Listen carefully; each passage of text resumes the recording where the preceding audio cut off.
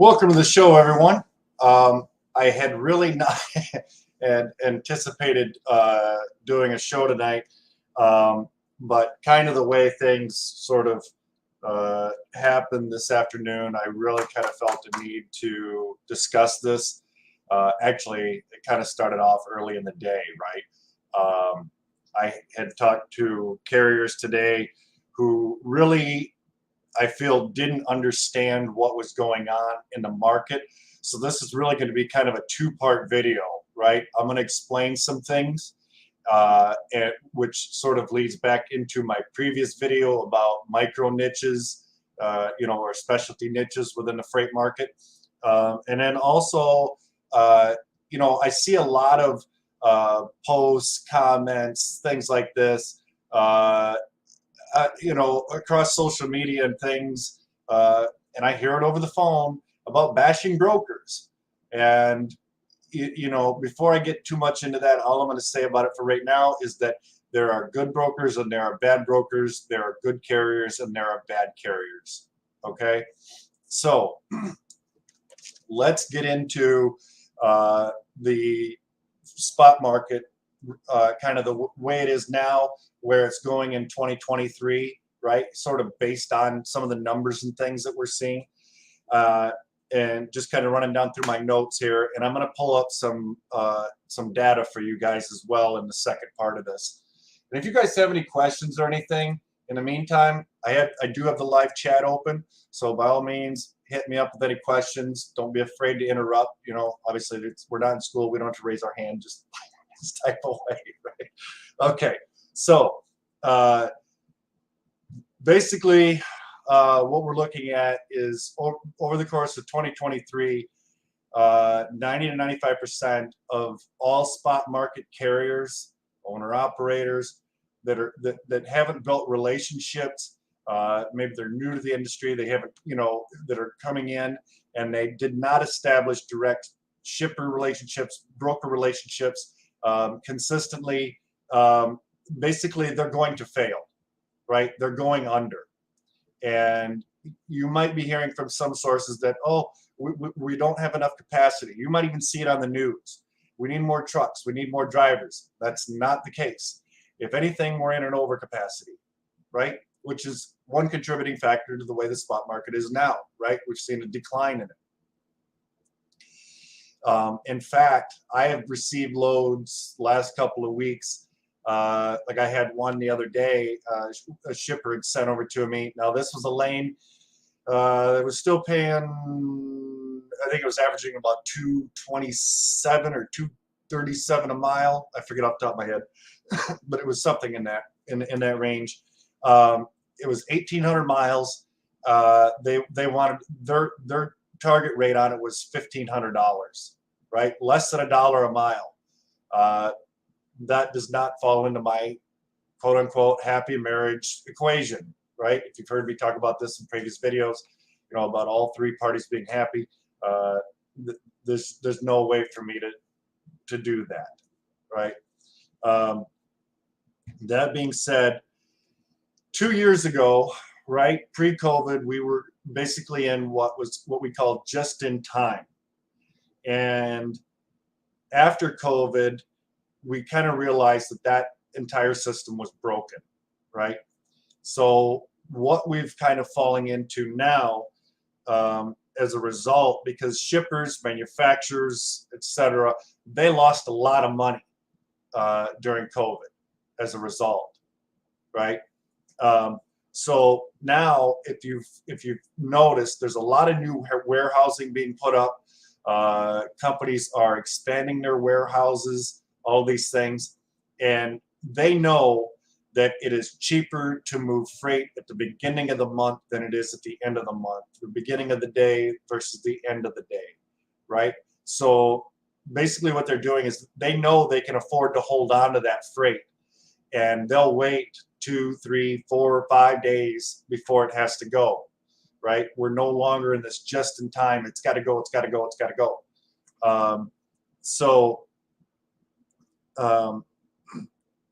Part of that affects the spot market carriers, right? Because spot market carriers as a whole right? And I'm not calling out everybody as an individual, because there are some good drivers out there that are fairly new to the industry. I've worked with them, right? We're starting to build that relationship. But too much, too often, they've become unreliable.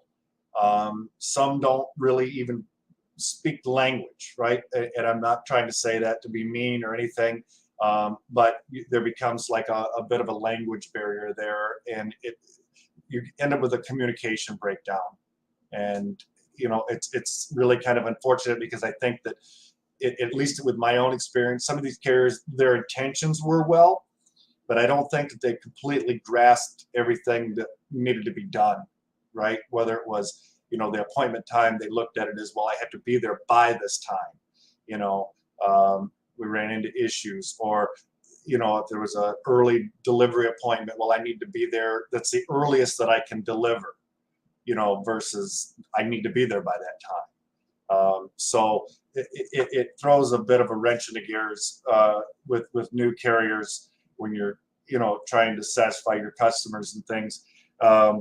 And so what's happening is that with brokers and shippers, they are building and maintaining those stronger carrier relationships who have been consistent, who have been reliable. And this is another reason why they'll wait 2, 3, 4, 5 days out before that load moves, to put that carrier on it. And those carriers that have developed relationships, and those brokers that have developed relationships with each other, those loads are going to pay more than they do with the loads that are currently on the spot market, right? So this sort of like leads into the whole broker bashing thing, the second part of this, right? Where you'll see, oh, they're just keyboard jockeys. All they have is a computer and a phone, and that's all they need. And well, that's, yeah, true to an extent, but there's also, their bond, insurance, things like this. Well, okay, that's that's nowhere near what a carrier's expenses are, and I would agree with you on that. The carrier's expenses are much more, right? Their job is hard. But let's delve into this just a little bit further, okay? And this is why I'm going to pull up some data for you. Your average sales manager, according to salary.com, makes $126,816 a year. As a freight broker, part of our job is being a sales manager. Sales is a very huge part of what we do, right? And there again, they say brokers aren't needed. They want to bash brokers for the current state of things, why things are the way they are. They say that we set rates, which we don't. But why aren't they going out and getting those direct customers then? Right? Sales is a skill. It absolutely is a skill, and it's not for everybody. And I've even seen brokers fail at it. It's not just carriers. It's brokers fail at it. They can't sustain, right? And it's unfortunate, because, like I've mentioned before, I don't ever like to see anybody fail. I really don't. And that's the whole purpose behind the website, the Facebook group, this channel, is I want to hopefully build you up, right? I want to see everybody succeed in life and in business. So when you start to add into all of this, that being our job, basically we would have to get paid $126,000, almost $127,000 a year. Okay. And there again, part of our job is to keep our customers competitive, right? Because they have competitors. And one of the largest costs for a manufacturer, a shipper, is the transportation costs. And they want to try to keep things down as much as possible. We're trying to kind of play that happy medium, or at least some of us are, right? Now, another part of our job is basically transportation manager, right? We have to vet carriers, dispatch carriers. We're establishing relationships. We're problem solving, etc. All of these things, right? What's the average salary for a transportation manager? almost $101,000 a year. So you just these two factors, right? And there's more involved. These two factors alone, you're at what? 127, almost 128, or $228,000 a year, you know? And inevitably, if I was to add up everything, you'd probably be looking closer to $350. So, you know, these are all things to think about. And it's just like, you know, when I did that live video with Mike, you know, he's a carrier who's been in the industry for 39 years. Mike understands the need for brokers, right? And there again, I also noticed that a lot of the broker bashing comes from owner operators.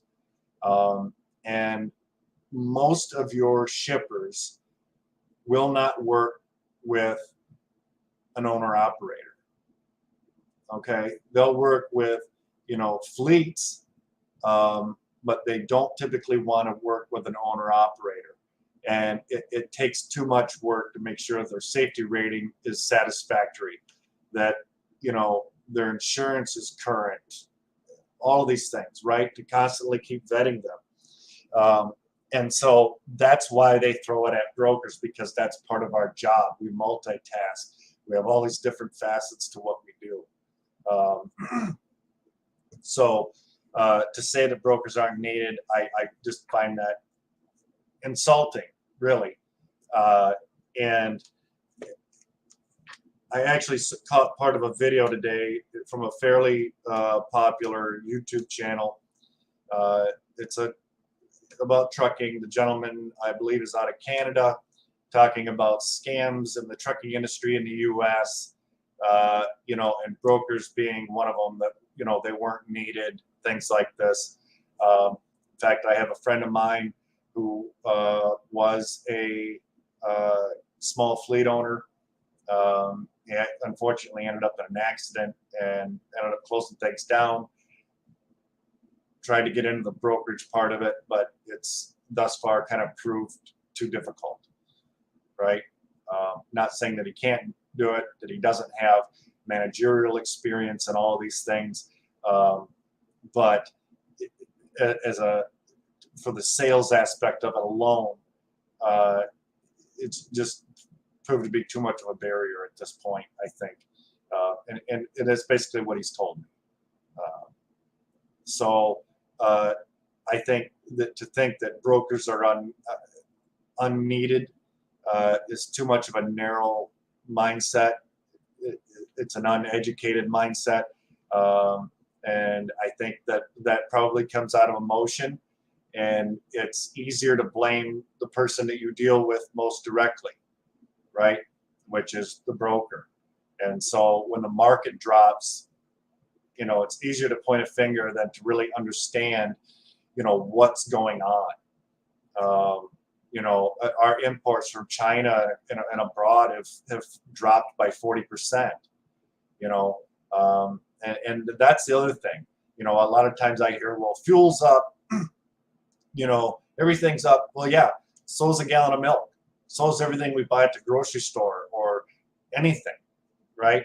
Everything's had an effect.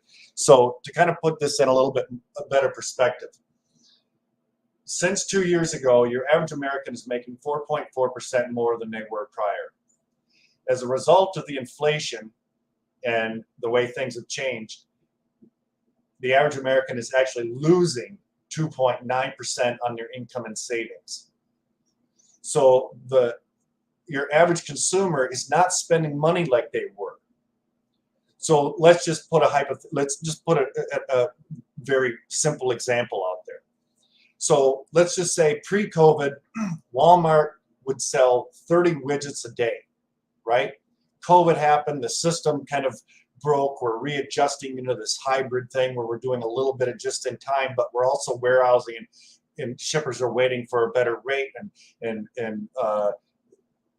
carriers that, you know, the brokers have more established relationships with and that are reliable, right? I lost track where I was going for just a moment. I'm sorry. So as a result, there's basically this trickle down effect. Walmart is no longer ordering enough to keep 30 widgets per day because now they're only selling 5. Okay, so they're not ordering as many from the wholesalers. The wholesalers aren't ordering from the manufacturers. Manufacturers aren't ordering raw materials. You see where I'm going with this? Like everything, it's a much broader picture than I think oftentimes we look at or what's being painted for us, right? So you add all of that into the overcapacity and things, and hopefully that helps explain a little bit more on why the current spot market is the way it is, and why brokers absolutely are necessary, right? We're an asset-based company, you know, so, you know, I get both sides of it, but yeah, absolutely, brokers are necessary. If you guys have any questions, by all means, pipe up. Doesn't even have to be related to this video. We kind of did that last night, right? You know, just sort of taking questions on the fly. So if you guys have anything for me, like I said, hit me up. Otherwise, I may not be on until next Monday. Like I said, this was sort of an impromptu kind of a thing, just sort of based on the way my day went and chatter I heard, carriers I spoke with and things. And oftentimes I try to take out a moment or two to talk to carriers, whether they book the load with me or not. You know, when they don't really like the rate, or if we're a little bit close and they're like, do you have any more wiggle room in it? You know, and I try to do what I can. I actually came up a little bit on a load today and established a new relationship with a carrier out of the Midwest today. And we actually had a few minutes to talk. And I think it really kind of helped them understand sort of the way things are right now, where things are going into 2023. And actually, if you're fairly new to the industry and you haven't already heard it, what we call like the January, February lull, right? It's after the holidays. There's not a lot being shipped until kind of the kickoff of produce season, you know, around the beginning of March, which I don't have the numbers on that, so I'm not gonna, don't hold me, you know, on this, but it's my understanding with a little bit of what I've heard on the upcoming produce season that it will not be as strong as it has been in years past. There again, I'm not 100% sure. It could be all BS, but that's sort of what I'm hearing, and I will look into that and hopefully have something concrete for you before my next video. Right? In fact, I'm going to leave myself a note on that so I don't forget. Okay. So again, guys, you guys got any questions while I'm sitting here rattling on? By all means, hit me up if you're, you know, having problems with freight sales or anything like that, having trouble finding your niche, building carrier relationships, whatever it may be, you know. And like I said, I don't ever want to see carriers fail, and it's unfortunate the way that things are, but there's always kind of an ebb and a flow to this industry for one reason or another. This is just another ebb and flow to it, right? I mean, if you've been in the industry for a little while, you remember 2018 when the ELD mandate hit, and they said, oh, you know, we're in a huge capacity crunch. There's not enough drivers, and market shot through the roof. And we were paying carriers on reefer freight like $6 to $12 a mile. You know, it was crazy. And as a result, which we inevitably were not in a capacity crunch like we were being told, which I kind of knew because I had no problem moving my freight before or after. We had a flood of owner-operators adding trucks, drivers, equipment. Some of your larger fleets were doing that. They were buying up trucks and trailers like crazy. They were hiring drivers. There was just this massive, you know, hiring going on and equipment being bought and sold, and everything was kind of, you know, going crazy. Well, eventually you hit a breaking point, right? And that's sort of what happened in 2019 is, eventually the numbers and everything kind of caught up. And by 2019, the market bottomed out again. And everybody went, what? Everything was so great. There were a lot of people that didn't prepare for that, put away for a rainy day, so to speak. And they ended up going under.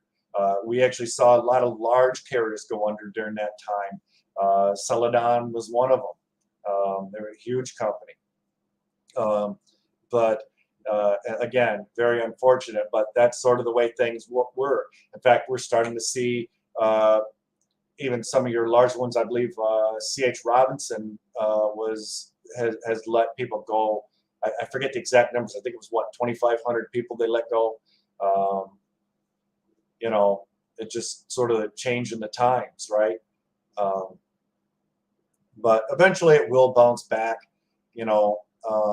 Capacity will shrink, things will adjust, because it's all sort of still in its infancy stage with this whole hybrid, way of moving freight now, and getting away from primarily, running everything on the spot market.